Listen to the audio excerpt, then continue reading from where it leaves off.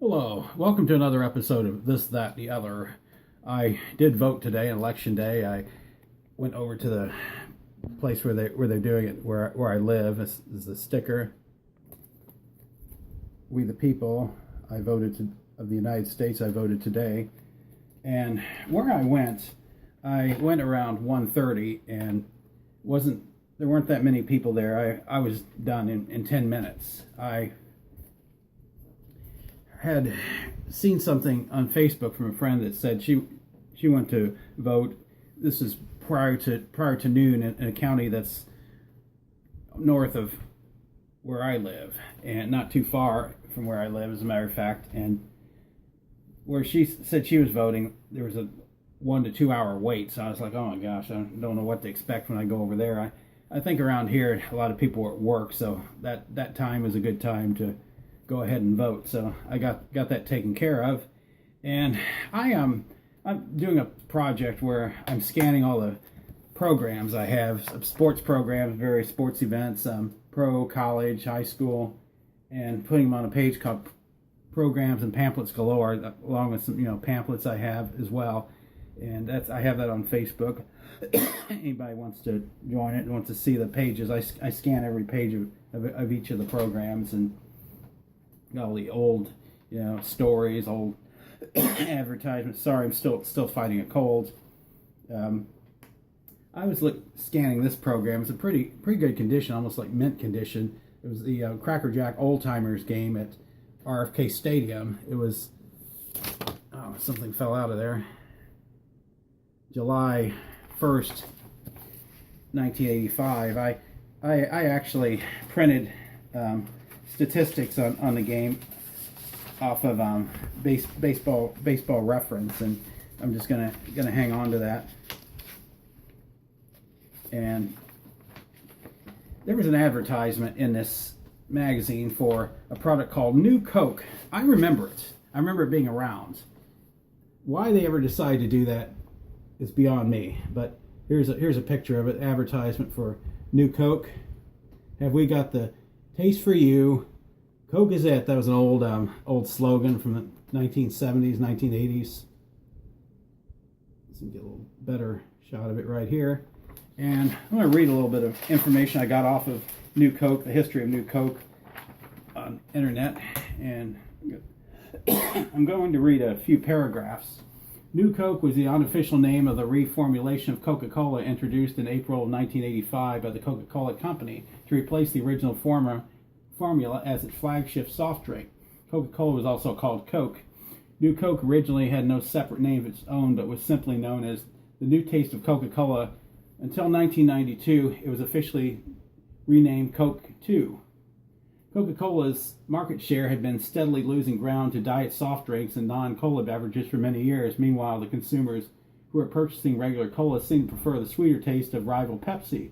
As Coca-Cola soon learned in conducting blind taste tests, however, the American public reaction to the change was negative, even hostile, and the New Cola was a major marketing failure. The subsequent rapid reintroduction of Coke's original formula, the original formula was rebranded as Coca-Cola Classic and was put into market within 3 months of New Coke's debut, resulted in a significant gain in sales. This led to speculation that the introduction of the New Coke formula was just a marketing ploy. However, the company has always claimed it was actually an attempt to replace the original product.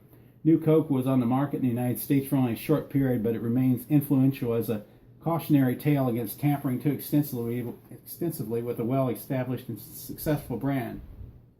It was discontinued nationally in July 2002, so I guess it was on the market in other countries. It was launched April 23rd, 1985. Production of the original formula ended later that same week. The company, as it had planned, introduced the new formula with the big marketing pushes in New York. Workers renovated the Statue of Liberty were symbolically the first American given cans to take home, and Washington, D.C., where thousands of free cans were given away at Lafayette Park.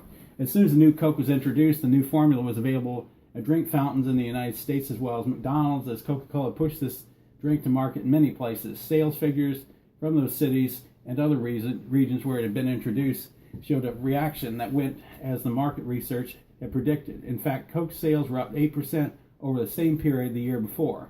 Most Coke drinkers resumed buying the new drink at much the same level as they had the old one. Surveys indicated that, in fact, the majority liked the new flavoring.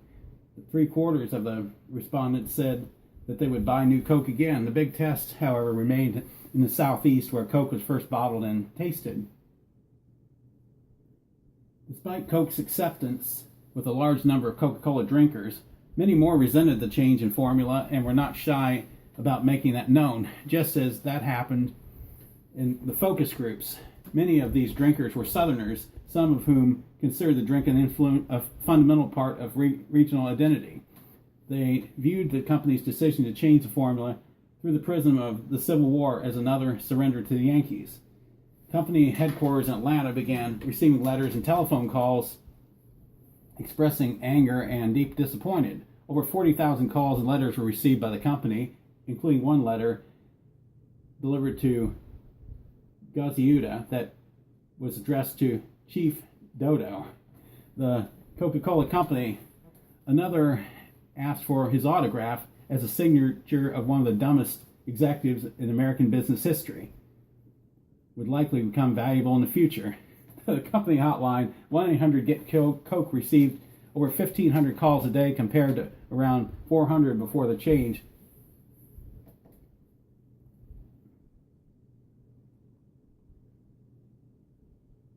Coca-Cola executives announced the return of the original formula during the afternoon of July 11th, less than 3 months after New Coke's introduction. The new product continued to be sold and retained the name Coca-Cola until 1992, when it was officially renamed Coke 2. So the product was renamed Coca-Cola Classic, also called Coke Classic. Later just Coke, and for a short period of time was referred to by the public as Old Coke. Many who tasted the reintroduced formula were not convinced that the first batches really were the same formula that had supposedly been retired this spring. This was true for some regions because Coca-Cola Classic differed from the original formula in that all bottlers who hadn't already done so were using high fructose corn syrup instead of cane sugar to sweeten a drink. There is a twist in this story which will please every humanist and will probably keep Harvard professors puzzled for years, said Keogh at a press conference. The simple fact is that all the time and money and skill poured into consumer research on new Coca-Cola could not measure or reveal the deep and abiding emotional attachment to original Coca-Cola felt by so many people. The company gave Gay Mullins, founder of the organization Old Cola Drinkers of America, which had lobbied Coca-Cola to either reintroduce the old formula and sell it to someone else, the first case of Coca-Cola Classic. By the end of the year, Coca-Cola Classic was substantially outselling both New Coke and Pepsi. 6 months after the rollout, Coke sales had increased at more than twice the rate of Pepsi's. New Coke sales dwindled to a 3% share of the market, although it was doing quite well in Los Angeles and some other markets. Later research, however, suggested that it was not the reintroduction of Classic Coke, but instead the less heralded rollout of Cherry Coke that can be credited with the company's success that year. Coke spent a considerable amount of time trying to figure out where it had made a mistake, ultimately concluding that it had underestimated the public reaction of the portion of the customer base and that would be alienated by the switch. This would not emerge for several years afterward, however, and in the meantime, the public simply concluded that the company had, as Keogh suggested, failed to consider the public's attachment to the idea of what Coke's old formula represented. While that has been conventional wisdom in the ensuing years, some analysis have suggested otherwise.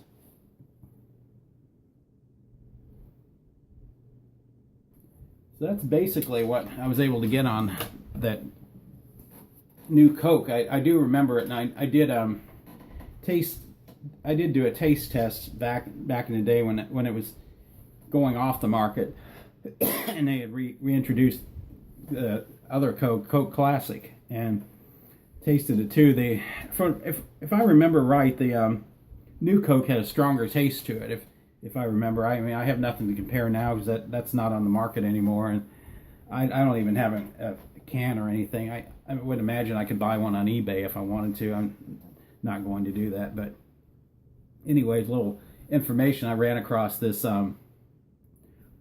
advertisement in the program and gave me another idea for another subject to discuss. And like I said, I'm looking for people to come on the show as guests, and you if you watch previous ones, you know what I'm asking for. Basically, anybody that lives within a reasonable driving distance from me, I can come out and meet them, do an interview, whatever, let me know what the subject is. I can put together some questions and let you know ahead of time what the questions are, so you can be ready to answer them, and well, see how that goes. I also ask people to like, subscribe to the This, That, and the Other Facebook page, and looking for people to spread the word around, get the subscribers, get a substantial increase in the subscribers, and I'm going to keep doing what I'm doing, and hopefully get a partner soon to help me get these numbers up. As always, thanks for watching.